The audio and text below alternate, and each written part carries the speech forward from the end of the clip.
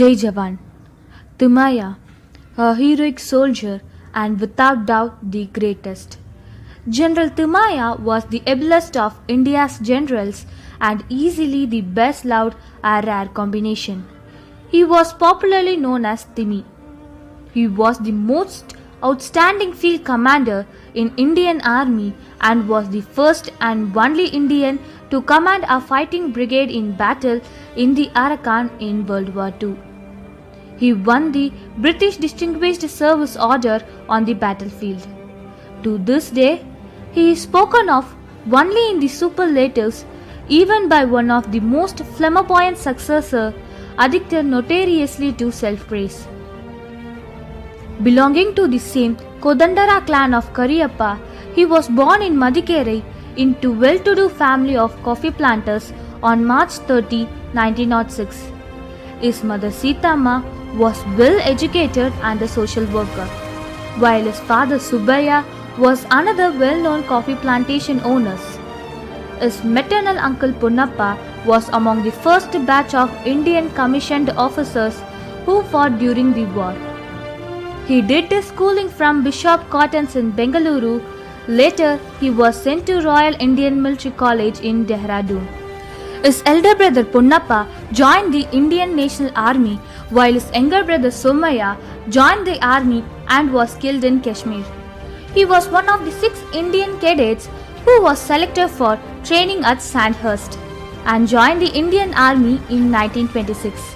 In 1928, Timaya joined the 19th Hyderabad Regiment, now the Kumaon Regiment, where he became lieutenant.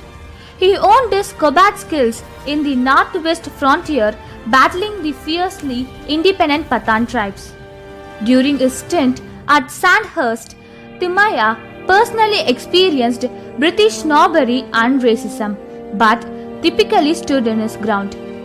Even when he was in the army, he sympathized with the nationalist leaders. He himself was a victim of British high-handedness. At one stage, he wanted to resign from the army and join the freedom movement. However, Motilal Nehru dissuaded him from doing so.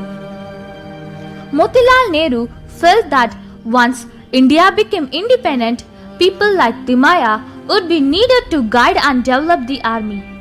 He also had to fight for the rights of Indian soldiers and officers getting admitted into the exclusively British clubs.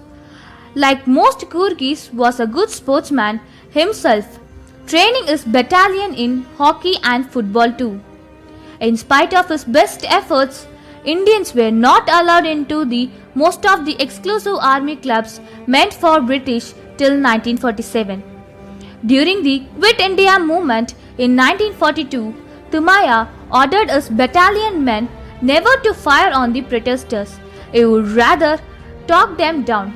At many places during the Quit India movement, he would personally talk with the demonstrators, making them disperse but never fired on them. Timaya served with distinction in Burma, counter-attacking the Japanese units. His brigade was the first to enter Rangoon after the Japanese evacuated the city and the Indian National Army surrendered. His own brother was one of those Indian National Army officers taken prisoner in Rangoon. He also oversaw surrender of Japanese in Singapore. After the end of the war, he was sent to Japan to restore order and was shocked to see the devastation at Hiroshima. After India became independent in 1947, Timaya was member of the committee that saw division of military assets between India and Pakistan. During partition, as Major General, he handled the responsibility of keeping law and order as well as relief measures well. When Pakistani raiders attacked India in 1947, Timaya commanded the 19th Infantry Division in Kashmir and played a sterling role. One of his greatest achievements would be at Zohila Pass, where he personally led a tank battalion to capture it from Pakistan. Under Timaya's leadership, the 7th Light Cavalry captured Zohila Pass, beat back the Pakistani raiders and took Das Kargil Leh Sahib, as he was called, was by now a hero regarded as the savior of Kashmir and Ladakh. After the way he led from the front at Zohila Pass in a tank and recaptured it from Pakistanis, he became a legend of sorts in the army. Normally, divisional commanders are not in the front, but at Zohila, Timaya was in first tank, leading assaults, mounting a furious assault on the Pakistani raiders at Zohila, catching them unawares in blinding snow. Such legends are made of. Such was Timaya's reputation in the army that his visit to any unit would automatically boost their morale, lift their spirits. After the Korean War was over, Timaya played a major role in repatriation of the prisoners, which won him plaudits all over the world. General Subbaiah Timaya was assumed as the charge of Indian Army as 6th Chief of the Army Staff on 7th May 1957. Completing 35 years of distinguished military service, he retired from the army in 1961, almost 15 months before the Chinese invasion of India in November 1962. After his retirement, Timaya also served with great distinction in Cyprus as a part of United Nations peacekeeping force during civil war there. His conduct in Cyprus won him the respect of both Archbishop Makarios as well as Turks. He, however, passed away in Cyprus on December 17, 1965, when he was 59 to a heart attack.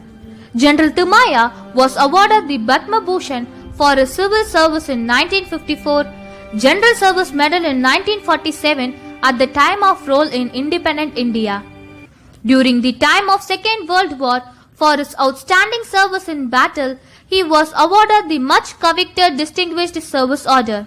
Richmond Road in Bengaluru, the main road in Lamaka, Cyprus, and the road parallel to MG Road in Pune have all been renamed in his honor. Jai Hind.